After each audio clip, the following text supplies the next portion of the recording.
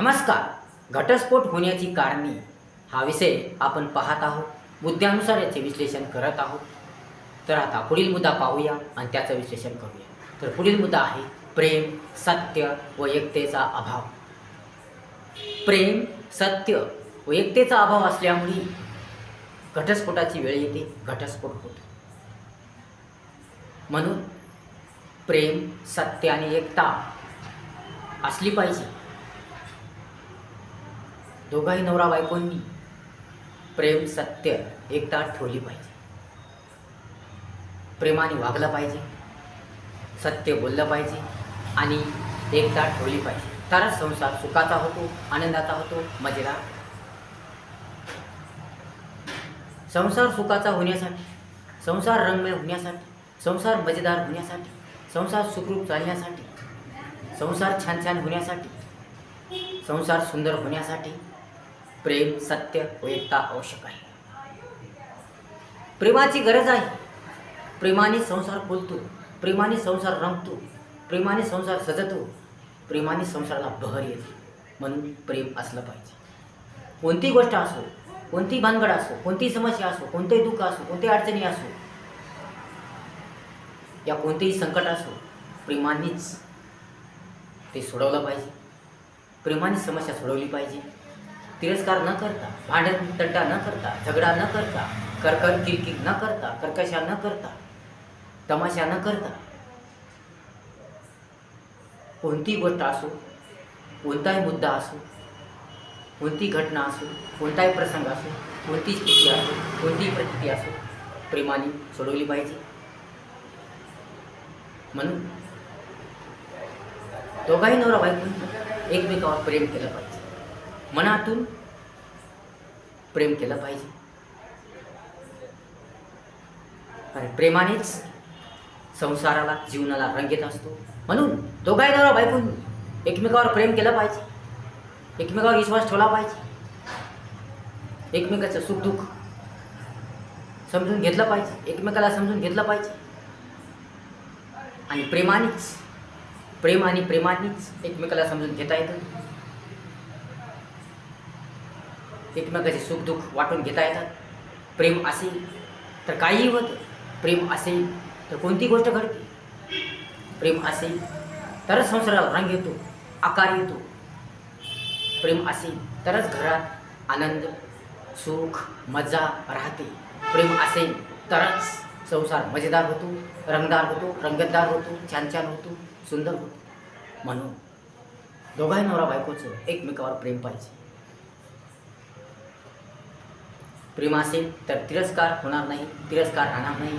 प्रेम असेल तर भांडण तंटा होणार नाही, झगडा होणार नाही, कर्कर होणार नाही, किरकिर होणार नाही, कर्कशा होणार नाही. आणि त्यामुळे संसार सुखाचा होईल आणि घटस्फोटाची वेळ येणार.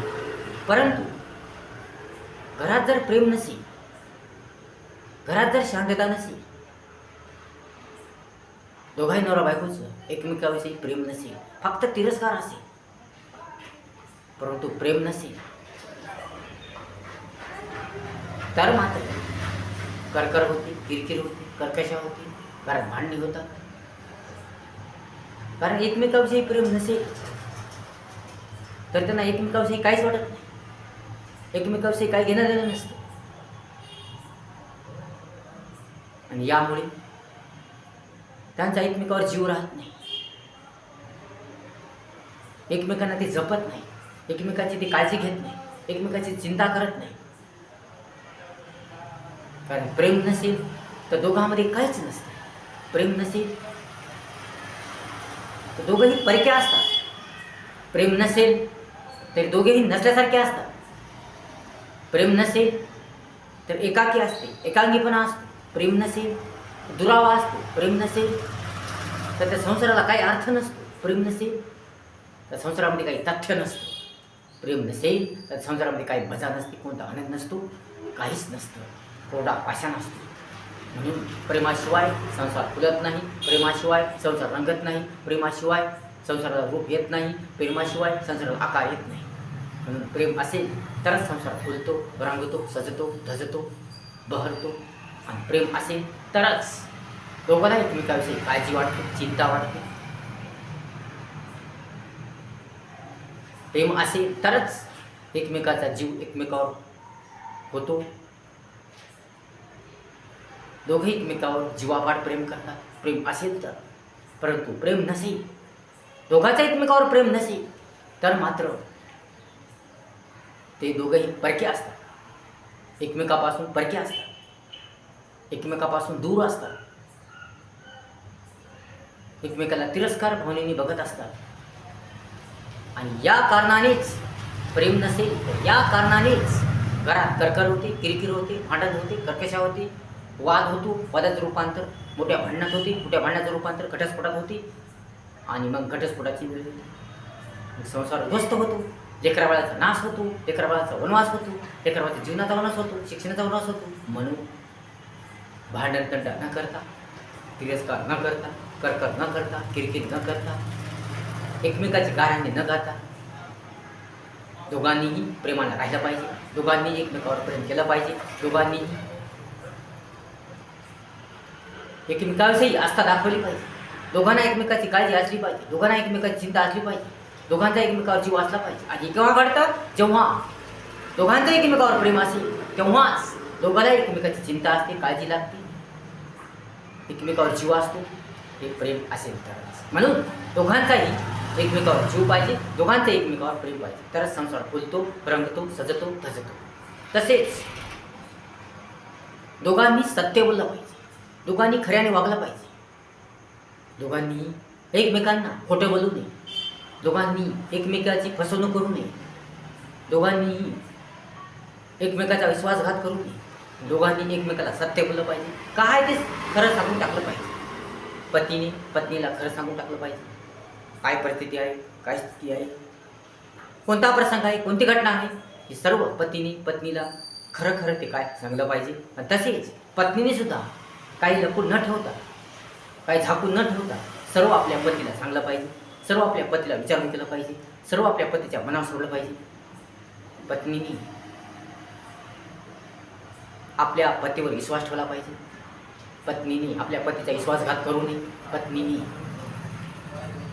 आपल्या पतीला कधीही खोटं बोलू नये, पत्नीने आपल्या पतीच्या माघारी कधीच कोणतं काम करू नये, कधीच कोणता निर्णय घेऊ नये. कारण पती हा परमेश्वर असतो, पती हाच आपला खरा आधारस्तंभ असतो, पती हाच आपलं घर चालविणारा असतो.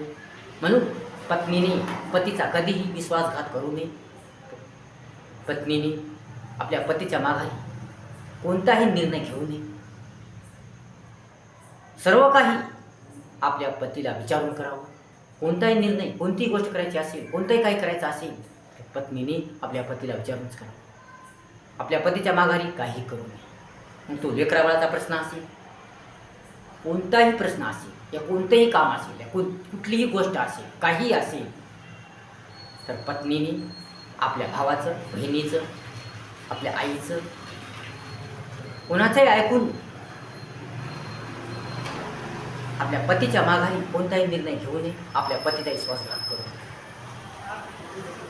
कारण पत्नीने जर पतीच्या माघारी कोणता निर्णय घेतला, आई, भाऊ, बहीण या वडिलाचं ऐकून, आईचं ऐकून, भावाचं ऐकून, बहिणीचं ऐकून जर पतीच्या माघारी कोणता निर्णय घेतला, मुलांच्या बाबतीत असो, मुलाच्या शिक्षणाच्या बाबतीत असो, कोणताही असो, कोणती गोष्ट असो, कशा बाबतीत असो, जर पतीच्या माघारी निर्णय घेतला, या पतीच्या विरुद्ध कार्य केलं, या पतीच्या विरुद्ध काम केलं तर संसार फुलत नाही, संसार रंगत नाही, संसार उद्ध्वस्त होतो आणि मग घटस्फोटाची वेळ येते. म्हणून पत्नीने आपल्या पतीच्या माघारी कोणताही निर्णय घेऊ नये,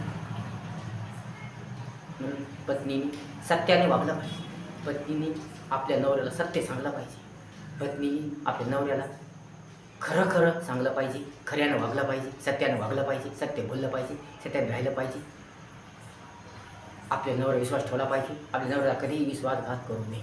आई, भाऊ, बहीण या वडिलाचं ऐकून आपल्या पतीचा पत्नीने कधीही विश्वासघात करू नये, कधीही चुकीचा निर्णय घेऊ नये, पतीच्या मनाविरुद्ध कधी वागू नये, पतीच्या मनाविरुद्ध काही करू नये, कोणताही निर्णय घेऊ नये.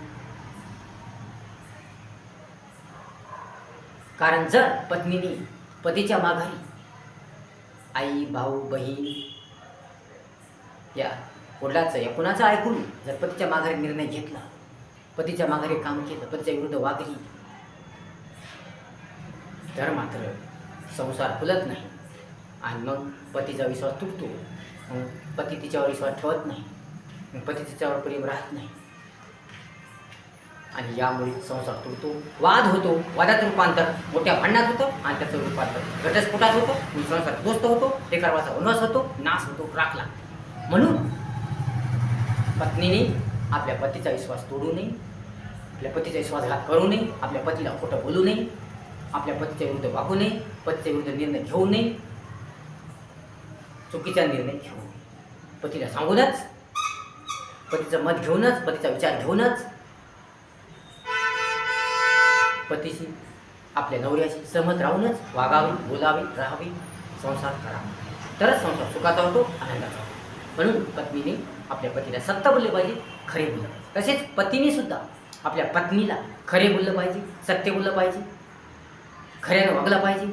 पतीने सुद्धा आपल्या पत्नीपासून काही लपू नये, काही लपू नये,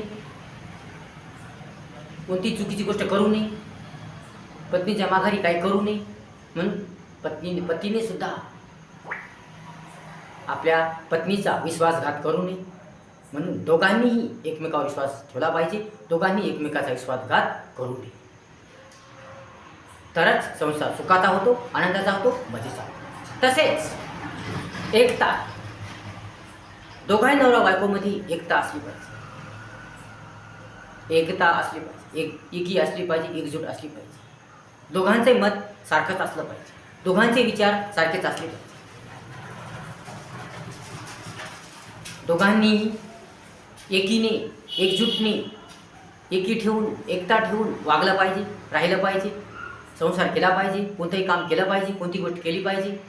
म्हणून एकता ठेवली पाहिजे. पत्नीने पतीला एकाकी करू नये आणि पतीने सुद्धा आपल्या पत्नीला एकाकी करू नये. म्हणून दोघांनी एकता ठेवणे आवश्यक आहे, दोघांनीही एकजूट ठेवणे आवश्यक आहे, दोघांनीही एकीने वागणे आवश्यक आहे. पती आणि पत्नीमध्ये जर एकता असेल, एकजूट असेल, तर कोणीही संसार करू शकत नाही. मग कोणीही असो, भाऊ असो, बहीण असो, आई असो, कोणी असो, कोणी बरका असो, संसार करू शकत नाही. पत्नी आणि पतीमध्ये दोघांमध्ये एकता असेल, एकजूट असेल, तर कोणीही संसार नाहीसा करू शकत नाही, संसार उद्ध्वस्त करू शकत नाही, संसार करू शकत नाही आणि त्यामुळे घटस्फोटाची वेळ येतच नाही. संसार आनंदाने होतो, मजेदार होतो. परंतु जर पती आणि पत्नीमध्ये एकता नसेल, एकजूट नसेल, विचार सारखे नसतील, मत सारखे नसेल, दोघंही मनाविरुद्ध वागत असतील, एकमेकाच्या विरुद्ध वागत असतील, एकमेकाच्या विरुद्ध घडत असतील, दोघांमध्ये एकी नसेल, एकता नसेल, एकजूट नसेल, तर मात्र संसार तुटू शकतो, संसार कोलमडतो, संसार तुटतो, भांडणे होतात, वाद होतो आणि यामुळे घटस्फोटाची वेळ येते आणि त्यामुळे संसार उद्ध्वस्त होतो आणि जीवन बेचिराग बनतं, लेकरावाचा वनाश होतो, सत्यानाश होतो आणि एकाकी जीवन येतं. म्हणून दोघाही नवरा बायकोमध्ये एकता असली पाहिजे, एकजूट असली पाहिजे. अशा प्रकारे संसार फुलण्यासाठी, संसार रंगदार बनण्यासाठी, संसार रंगतदार बनण्यासाठी, संसार आनंदमय बनण्यासाठी, संसार छान छान होण्यासाठी पत्नी आणि पतीमध्ये प्रेम, सत्य, एकता असली पाहिजे, तरच संसार सुखानं होईल, आनंदानं होईल, मजेदार होईल, छान छान होईल. परंतु जर पती आणि पत्नीमध्ये एकता नसेल, प्रेम नसेल, सत्यता नसेल, तर मात्र संसार चांगला होत नाही, संसार आनंदाचा होत नाही, संसार मजेदार होत नाही आणि यामुळे संसार उद्ध्वस्त होतो, वाद होतो, वादात रूपांतर मोठ्या भांडणात होतं आणि त्यामुळे घटस्फोटाची वेळ येते आणि त्यामुळे लेकराबाळाचा विनाश होतो आणि घटस्फोट होतो आणि दोघेही अलग होतात आणि दोघांचे जीवन बेचिराग होतं, सत्यानाशी होतं. म्हणून प्रेम, सत्य आणि एकता याच्या अभावी घटस्फोट होत असतो. म्हणून प्रेम, सत्य, एकता यांचा अभाव असू नये. संसार करताना संसारामध्ये प्रेम, सत्य, एकता असलीच पाहिजे. म्हणून घटस्फोट होण्याची कारणे काय, तर सत्य, एकता, प्रेम यांचा अभाव असणे. म्हणून याचा अभाव असू नये, पण घटस्फोटाची वेळ येणार नाही. व्हिडिओ जर आवडला असेल तर लाईक करा, शेअर करा, कमेंट्स करा आणि आपल्या चॅनलला सबस्क्राईब करायला विसरू नका. धन्यवाद.